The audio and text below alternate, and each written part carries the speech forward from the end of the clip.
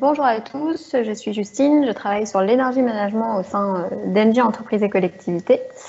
Et je vous retrouve ce matin pour un nouvel Expresso. Si vous découvrez ce format, bienvenue dans ce live de 15 minutes qui a lieu tous les jeudis matins de 8h45 à 9h. Chaque semaine, on va échanger autour d'un sujet avec un collaborateur ESC, un client ou un partenaire. Et l'objectif, ça va être de vous donner de l'information et surtout de pouvoir répondre à vos questions. C'est un live, vous avez un chat, donc n'hésitez pas à nous poser toutes vos questions, on y répondra à la fin. Donc cette semaine, c'est Sébastien Hubault, directeur général adjoint chez Engie Entreprises et Collectivités, qui va nous parler de PPA.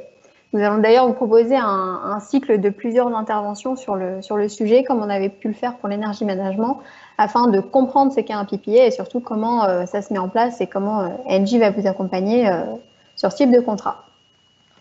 On le sait, le monde des énergies bouge et notre façon de consommer et d'acheter aussi, que ce soit à l'échelle d'un ménage ou d'une entreprise. L'implication individuelle et collective grandit face à l'urgence climatique. Par la volonté de protéger la planète, on a envie de mieux consommer et les entreprises et les collectivités placent désormais la transition zéro carbone au cœur de leur stratégie énergétique. Cette implication, elle s'est accentuée ces derniers temps. On est dans l'ère du crowdfunding où le consommateur s'est transformé en consommateur. Et aujourd'hui, il a envie d'aller plus loin dans sa démarche. Et on le voit sur les marchés de l'énergie, le processus d'achat a nettement évolué.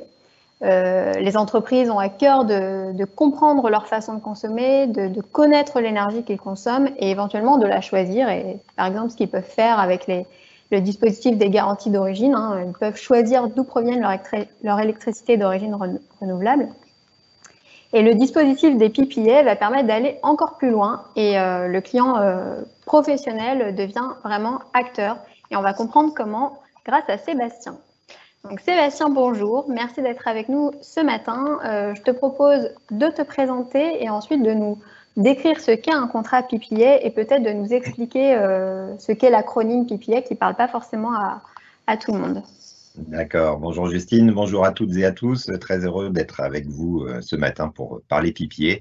Donc, je suis Sébastien Hubault, directeur général adjoint d'Engie Entreprises et Collectivités.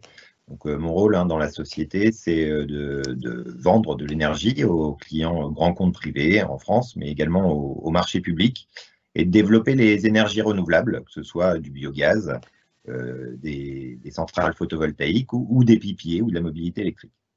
Je m'occupe aussi d'ailleurs du marketing, de la communication, du digital et de l'expérience client. Donc, vaste domaine. Alors, tu parlais PPA, important déjà de traduire cet acronyme barbare, PPA, donc Power Purchase Agreement, donc Power pour électricité, Purchase les achats et Agreement accord. Donc, j'aime bien le concept d'agreement parce qu'effectivement sur les PPA, on est sur des accords plutôt à long terme pour des contrats d'énergie verte. Alors, qu'est-ce que c'est fondamentalement finalement un PPA? L'idée, c'est d'adosser un actif renouvelable. Ça peut être une ferme solaire, ça peut être même un parc éolien ou une centrale hydroélectrique à un client pour qu'il puisse consommer l'énergie produite par cet actif renouvelable. Donc, c'est vraiment l'idée, en fait, c'est de faire le lien entre le producteur et le client final, le consommateur, qui souhaite verdir son mix énergétique en cette période de transition zéro carbone.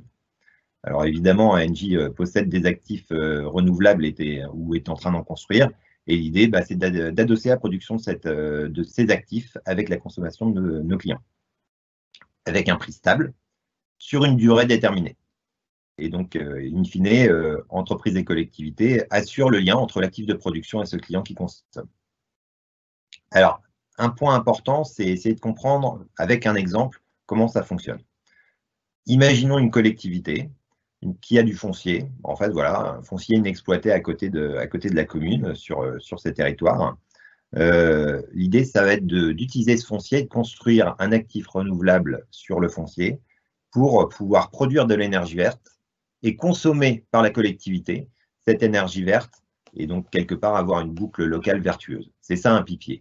On a deux types de PPA. On a ce que je viens de vous expliquer en fait avec la collectivité, c'est ce qu'on appelle un PPA Greenfield, c'est-à-dire un PPA qu'on crée finalement ex nihilo. Et puis, on a ce qu'on appelle les pipiers brownfield. C'est en fait des pipiers qui utilisent des actifs renouvelables déjà existants qui sortent d'obligation d'achat. Typiquement, un parc éolien qui existe depuis 15 ans, qui sort d'obligation d'achat, et donc sa production est maintenant disponible, et bien un client va pouvoir acheter sa production disponible et avoir cette boucle locale vertueuse, justement, pour verdir son mix énergétique. Merci Sébastien. Du coup, on le voit, il y a vraiment différents acteurs dans la mise en place d'un contrat PPA, le fournisseur, le producteur, le consommateur final. Quels vont être les avantages pour chacun de ces acteurs? Alors, pour le producteur, c'est assez simple à comprendre. Le producteur, c'est le propriétaire de l'actif renouvelable. Pour lui, c'est de trouver un consommateur qui va lui acheter la production sur une durée déterminée, généralement assez longue, et ça lui permet de financer cet actif renouvelable. Ça, c'est son premier avantage. Son deuxième avantage, potentiellement, c'est aussi de trouver le foncier nécessaire chez le client, puisqu'il faut quand même un certain nombre de mètres carrés, voire même d'hectares, pour pouvoir créer ces actifs renouvelables. Pour NJ Entreprises et Collectivités, c'est signé dans la durée avec le client. Ça nous permet de vous accompagner sur du long terme et quelque part être avec vous tout au long de votre passage sur la transition zéro carbone. Pour le client, les avantages sont assez nombreux en fait. D'abord, évidemment, ça va être de verdir votre mix énergétique. Il y a différents moyens, mais le PPA est vraiment un moyen très intéressant de verdir son mix. Et alors, le deuxième avantage, il est très clair, c'est sur le prix, parce qu'on a un prix de plus en plus compétitif. Alors, on parle souvent de ce qu'on appelle la parité réseau. La parité réseau, c'est de dire, est-ce que mon actif renouvelable qui va générer finalement cette électricité a un prix aussi compétitif que l'électricité que je vais acheter sur le réseau? Aujourd'hui, sur un certain nombre de PPA maintenant, on est à des prix qui sont inférieurs au prix acheté sur le marché, et donc ça devient un prix compétitif.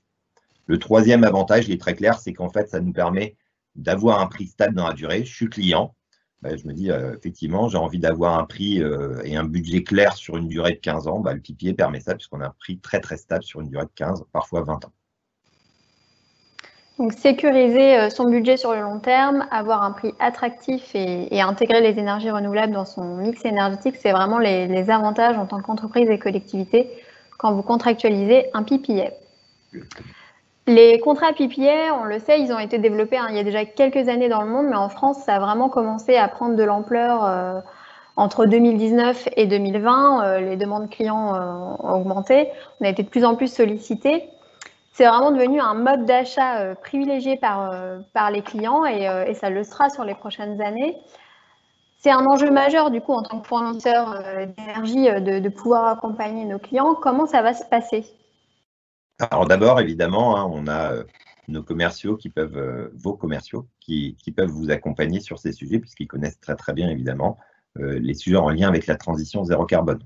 Au sein d'Engie, on a toutes les compétences qui vous permettent de vous accompagner, du producteur avec Engie Green, jusqu'au fournisseur, Engie Entreprises et Collectivités, et aussi sur les experts qui vont sur le marché, puisqu'il y a quand même un point à avoir en tête, c'est qu'une centrale photovoltaïque, par exemple, dans le cadre d'un PPA, va avoir un profil de production qui va être différent de votre profil de consommation. Et donc, il va falloir transformer ces profils pour que vous puissiez les consommer facilement. Voilà, donc, il faut une certaine expertise et en fait, au sein d'Engie, on va pouvoir vous accompagner au travers de ces projets. Ça, c'est important. On peut vous accompagner jusqu'au bout. Alors, jusqu'au bout, c'est quoi? C'est la facturation de votre énergie. Puisqu'évidemment, c'est bien d'avoir un PPA, c'est bien d'avoir de l'énergie qui est consommée, mais il faut aussi pouvoir la facturer et avoir les factures. Et ça, évidemment, on est capable d'aller jusqu'au bout. Alors, tu le disais, en fait, il y a eu une vraie accélération entre 2019-2020 sur les PPA et 2021. Quelque part, c'est une sorte de point de départ d'une nouvelle période sur les PPA.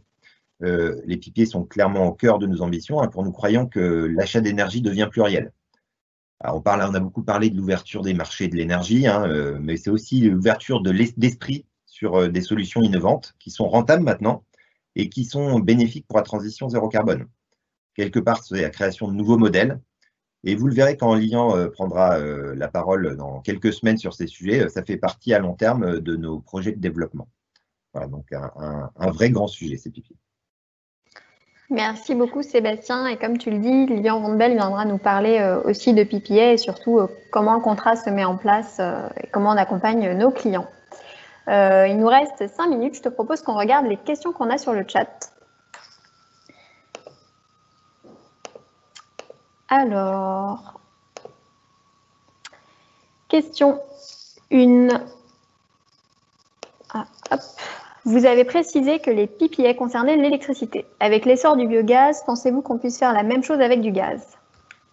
Alors oui. Donc je rappelle hein, le biogaz, donc on crée finalement dans les territoires souvent des méthaniseurs. D'ailleurs, Engie Entreprises et Collectivités aujourd'hui accompagne un grand nombre de producteurs, hein, plusieurs centaines, sur leur projet de développement de méthanisation. Finalement, ils prennent leurs déchets, ils les mettent dans des méthaniseurs qui génèrent du biogaz. Il est évident qu'il sera possible, et il est possible d'avoir une boucle vertueuse locale de biogaz, où on pourrait imaginer par exemple, hein, et c'est déjà fait à certains endroits, des méthaniseurs qui produisent du biogaz qui va être consommé localement par une station de bio-GNV, bio-GNV étant utilisé pour pouvoir faire avancer des transports, soit collectifs comme des bus voire même des camions, ou alors individuels. Donc oui, bien sûr, c'est possible et la boucle vertueuse et locale est possible en gaz. Deuxième question, avez-vous des exemples de PPA passés par des collectivités? Si oui, quelle durée? Alors, il y a sur les PPA brownfield, donc plutôt court terme sur des actifs en sortie d'obligation d'achat, on a signé en fait des PPA avec des collectivités, notamment départements. Hein, donc, et on est en cours avec, et y compris avec d'ailleurs des centrales d'achat en Île-de-France, le CIPEREC par exemple. Donc oui, la réponse est oui sur des PPA brownfield. Sur des PPA greenfield, c'est-à-dire plus long terme, il y en a beaucoup qui sont en cours de discussion. Donc, notamment parce qu'il y avait des sujets en lien avec les modes d'achat, parce que vous savez, vous avez des obligations dans le code des marchés publics sur les modes d'achat. Et donc c'est plutôt en cours de création et beaucoup de collectivités sont très intéressées par le sujet. Merci Sébastien. Y a-t-il des durées minimum et moyennes pour les PPA? Alors, si on prend les PPA brownfield, à nouveau des actifs existants, ça peut aller de 1 an à 5 ans, en gros. Hein. Souvent, nos clients sont plutôt à demander sur du 2-3 ans. Et on a beaucoup de clients qui en demandent. Hein. Je vais donner l'ordre de grandeur. Sur les 2 dernières années, on en a signé plus d'une dizaine avec nos clients, ce qui est quand même beaucoup. Ça s'accélère. Sur les PPA greenfield, c'est-à-dire quelque part la création d'un nouvel actif, là, on est plutôt sur des timings de 15 à 20 ans. Ayez quand même un point sur ces sujets-là, c'est qu'il y a assez peu d'actifs qui sont en train de se créer, parce qu'il y a beaucoup de difficultés à trouver du foncier. Donc en fait, on voit que les clients sont plutôt en train d'essayer de trouver le foncier avec nous pour pouvoir créer ces actifs. Mais on est plutôt sur des durées assez longues, 15 ou 20 ans. Et une dernière question, un PPA sur 15-20 ans, que se passe-t-il quand le prix de l'électricité baisse? Que se passe-t-il quand le prix de l'électricité baisse? Alors, quand vous signez, en fait, généralement, quand on signe un PPA, on ne couvre pas 100% de la consommation. Hein, donc, un client va essayer de couvrir généralement entre 10 et 30, 40% de sa consommation. La plupart du temps, c'est plutôt 20%. Donc, quand le prix baisse, le PPA, il est sur un prix stable. Donc, en fait, vous profitez du fait que quand le prix monte, vous n'avez pas la hausse des prix. Quand le prix baisse, évidemment, vous n'avez pas la baisse des prix non plus. Ça, c'est vrai. Néanmoins, comme je vous le disais, en fait, hein, on a un prix stable dans la durée sur un bandeau donné, donc c'est plutôt intéressant. Puis après, sur le restant, vous êtes à 80% ou 70% exposé au prix de marché. Et là, pour le coup, vous profiterez de la baisse des marchés. Merci beaucoup Sébastien. On répondra aux nombreuses questions en direct et de façon individuelle. Merci beaucoup pour votre participation. On se donne rendez-vous la semaine prochaine avec Éléonore Bon, directrice mobilité électrique. Merci beaucoup Sébastien. Merci à très toutes et à bientôt tous. et à la semaine prochaine. À bientôt. Au revoir.